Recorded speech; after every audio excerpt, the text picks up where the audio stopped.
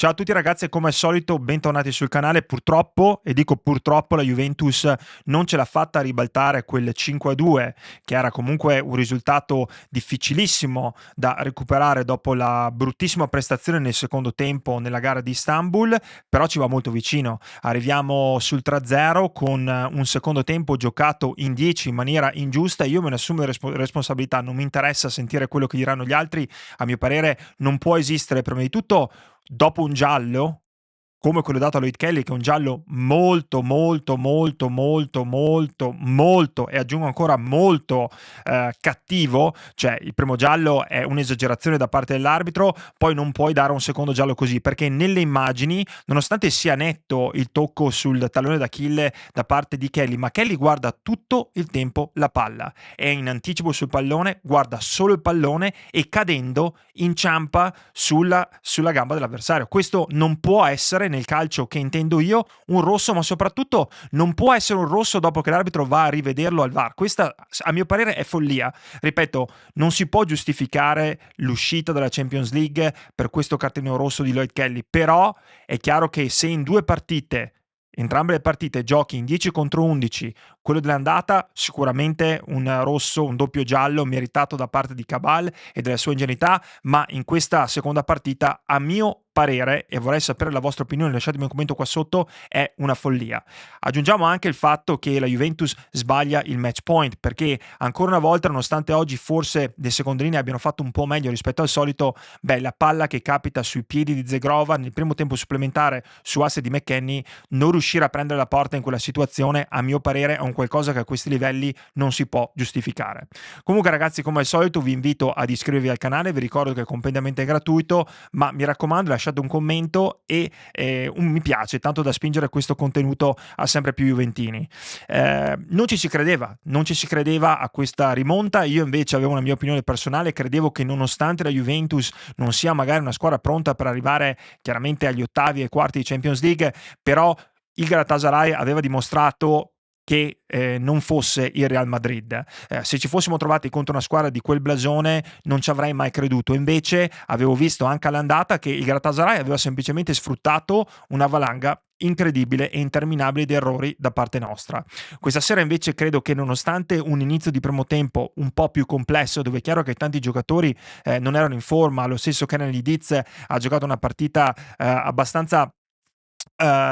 sufficiente alla fine, perché ci ha messo tanto cuore, tanta anima, però non ai suoi livelli. Nonostante questo lui si trova a colpire un palo. Nonostante quello vediamo un calciatore come Khéphren Thuram che esce piangendo perché si rende conto di aver sbagliato un gol che sarebbe stato importantissimo in quel momento, scegliendo un pallonetto, perché chiaramente Thuram non ne aveva più e oggi ha giocato una partita di grandissima qualità. Allo stesso tempo ci troviamo con Zegrova, ripeto, che sbaglia chiaramente il match point, perché se tu vai 4-0 ai supplementari poi puoi giocare una partita completamente diversa, puoi veramente decidere di mettere l'autobus di fronte alla difesa. La Juventus non ne aveva più nel secondo tempo e in realtà, se guardate il numero di partite nelle ultime 5-6 gare in cui la Juventus si è trovata a giocare in 10 contro 11, dobbiamo semplicemente pensare dal punto di vista fisico quanto abbia speso. Ripeto, la Juventus, nonostante un inizio di primo tempo in difficoltà, poi ha dimostrato di crederci, di volercela veramente fare, e abbiamo avuto molte occasioni in questa partita per ritrovarci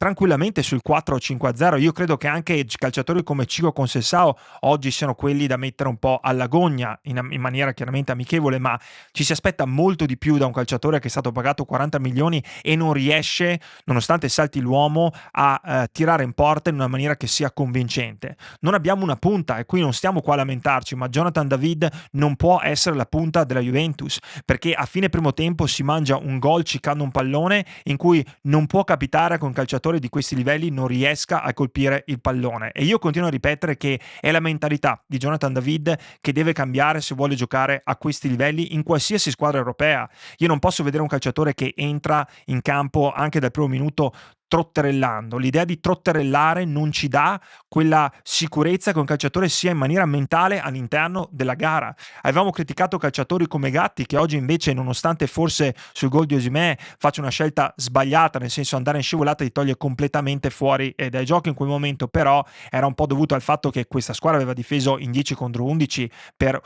i praticamente 45 minuti del secondo tempo più il primo tempo supplementare, quindi non si può andare, scusate, quasi tutto il primo tempo supplementare, quindi non si può andare a giudicare Gatti, che secondo me ha dato una risposta importante dal punto di vista di cuore, anima e personalità. E lo stesso Locatelli, nonostante alcuni errori chiaramente dovuti anche alla fatica, ma non si è mai tirato indietro in questa partita, si prende la responsabilità del rigore e comunque fa vedere che ci tiene in maniera assoluta a questa squadra. Non possiamo nemmeno criticare Spalletti, che era riuscito a ribaltare completamente il Galatasaray come un calzino. È chiaro che in queste partite ci vuole anche della fortuna, e secondo me la fortuna oggi c'è stata fino a metà, perché onestamente il 3-0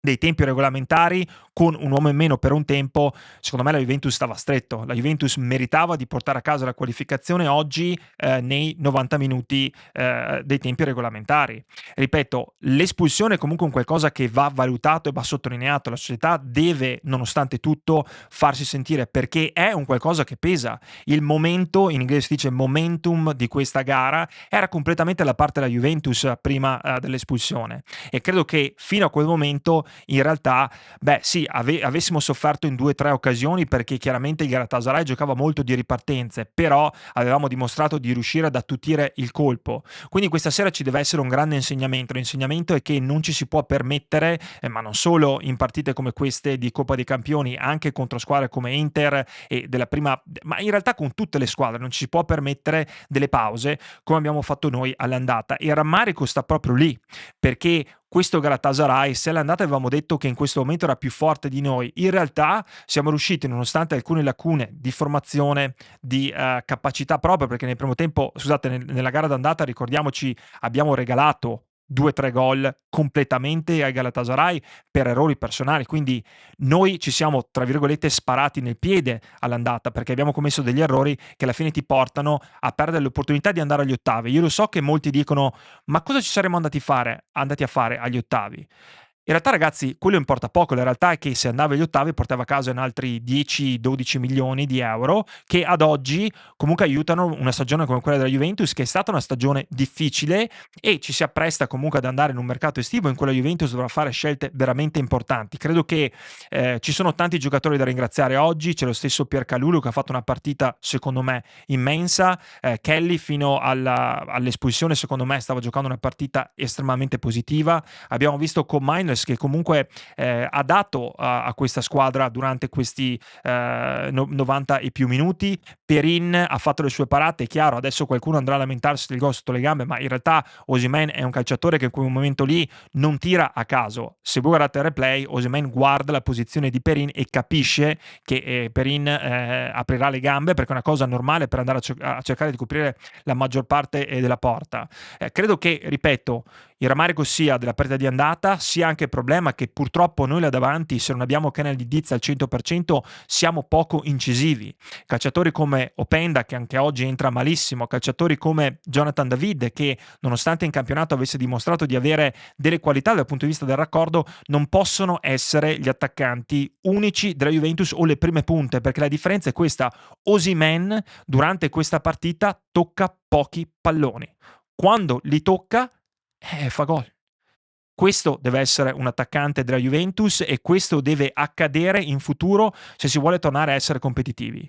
Io credo che Spalletti, dopo questa partita, se ci fosse stato qualsiasi tipo di dubbio da parte vostra che ascoltate, sicuramente non da parte mia, merita e deve essere rinnovato, perché ha la mentalità di colui il quale non solo può proporre un gioco di qualità, ma si è visto che può entrare nella testa dei calciatori. Ad oggi sono calciatori che vanno recuperati, perché credo che se investi soldi come quelli che abbiamo fatto in Cigo con Selsao, tu devi quantomeno investire anche del tempo per cambiare la mentalità di un calciatore che non solo è troppo leggerino dal punto di vista fisico, e ciò non può essere cambiato, ma spesso fa la decisione sbagliata, prende la decisione sbagliata nel momento sbagliato. Vorrei concludere dicendo che è importante cercare di capire che bisogna ricostruire, iniziare a ricostruire adesso per il futuro, e aggiungo anche che chi dice che questa partita in realtà è stata troppo dispendiosa per poi non portare a casa nulla, credo che sbagli, perché grazie a queste partite che si può aiutare un gruppo che in questo momento era in difficoltà, perché io credo che a questi calciatori ad oggi non si possa dire nulla, e se invece tu fossi andato in campo con le riserve e avessi preso una batosta, avessi perso 2, 3, 4-0 col tuo pubblico in casa, avresti dato il segnale sbagliato, perché comunque vada, nonostante questa non sia la Juventus dei sogni, in passato abbiamo vissuto delle generazioni di Juventus che non erano ad altissimi livelli come quella dei 9 scudetti di fila, però comunque oggi ci è stata data una risposta importante, una risposta di attaccamento alla maglia, e in alcuni casi come questo, dove inizi sotto di 5-2 per i tuoi errori, questa è l'unica cosa alla quale puoi sperare, una risposta di orgoglio. Concludo e ribadisco che questa partita non è stata persa, a mio parere, per l'espulsione di Lloyd Kelly, è stata persa per la prestazione infima del secondo tempo all'andata a Istanbul, però qualcuno della società anche oggi deve andare a parlare e fare chiarezza su quello che è stato un episodio che inevitabilmente, inequivocabilmente cambia ancora una volta la partita. Ragazzi, sempre forza Juventus, lasciatemi un commento e come sempre non molliamo mai. Un bacio. Ciao.